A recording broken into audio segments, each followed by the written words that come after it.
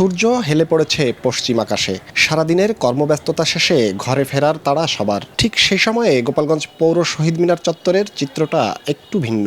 একদল উদ্যমী তরুণ, যাদের চোখে আগামীর স্বপ্ন আর মনে মানুষের পাশে দাঁড়ানোর ব্যাকুলতা। তারা কেউ মাদুর বিছাতে, কেউ বা পরম মমতায় ইফতারির থালা সাজাতে ব্যস্ত।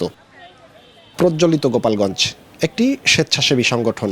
12 বছর আগে যাত্রা শুরু করা এ সংগঠনটি গত 8 বছর ধরে রমজান মাসে হয়ে ওঠে হাজারো মানুষের মুখের হাসির কারণ। পুরো মাস জুড়ে শ্রমজীবী, অসহায়, এতিম আর পথচারী রোজাদারদের জন্য তারা সাজান ভালোবাসার এক দীর্ঘ দস্তরখানা। এখানকার বিশেষত্ব হলো ঘরের খাবারের স্বাদ। নিজেদের তদারকিতে রান্না করা ইফতার পরিবেশন করা হয় মানুষের মাঝে। আর পেট ভরানোর পাশাপাশি আত্মার তৃপ্তির জন্য ব্যবস্থা থাকে জামায়াতে নামাজের। পৌর পার্কের খোলা আকাশ আর প্রকৃতির মাঝে গড়ে ওঠে এক অন্যরকম ভ্রাতৃত্বের বন্ধন।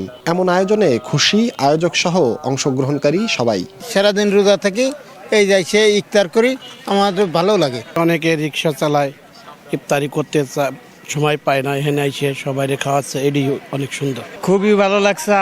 আমাকে গরিব মানুষ রিক্সা চালক যারা খাটিয়ে খায়, এর আগে এর জন্য খুবই ভালো কাজ করছে। আমি আজকে প্রথম এইখানে করছি, কিন্তু ইফতারটা খুব ভালো। আর যারাই আয়োজন করছে আল্লাহ তাকে জন্য ভালো রাখে। ভালো লাগে এই যে নামাজটা পড়াচ্ছেন, এটাই সবচেয়ে ভালো। আমাদের এই যে যারা খেটে খাওয়া মানুষ বা যারা রমজান মাসে কষ্ট করে রোজা রাখছে, তারা ইফতারি খাইতেছে, এটা মানে অনেক অনেক অনেক প্রশংসা দাবিদার। আমাদের এই সংগঠনের অধিকাংশই শিক্ষার্থী, এরপরে কিছু আছে চাকরিজীবী, শিক্ষকগণ আছে আমাদের সাথে। তো এই শিক্ষার্থী যারা আছে তারা প্রতি মাসে একটা পকেট মানি সেভ করে, পরিবার থেকে তাদের যে টাকাটা দেয় খরচ করার জন্য, সেখান থেকে কিছু সেভ করে এই সংগঠনে তারা ডোনেশন করে। এবং যারা শিক্ষক সমাজ আছে তারাও আমাদের সাথে থাকে, আমাদের বিভিন্ন প্রোগ্রামে তারাও শরিক থাকে। আমাদের সব থেকে খুশি প্রোগ্রাম হচ্ছে রমাদানের প্রোগ্রাম। আসলে সকলের সাথে একসাথে রোজা ইফতার ভাগ করে খাওয়াটার ভিতরে একটা অন্যরকম তৃপ্তি আছে। সংগঠকরা বলছে, ইফতারির সময় ঘরে ফিরতে না পারা রোজাদারদের কষ্ট লাঘবেই এমন আয়োজন। যখন দেখছি যে আমাদের শহরে ইফতারের আগ মুহূর্তে এরকম কোনো আয়োজন ছিল না, ইফতার সময় মতো ইফতার করতে পারতো না, যখন আমরা দেখলাম যে রাস্তায় ইফতারের সময় অনেকে পথে ঘাটে থাকে, তারা ইফতার করতে পারে না, তখন থেকে আমাদের এই চিন্তাটা যে আমরা যদি একটু চেষ্টা করি তাদেরকে নিয়ে ভিন্ন কিছু করার, সেখান থেকেই আমরা এই আয়োজনটা করেছি।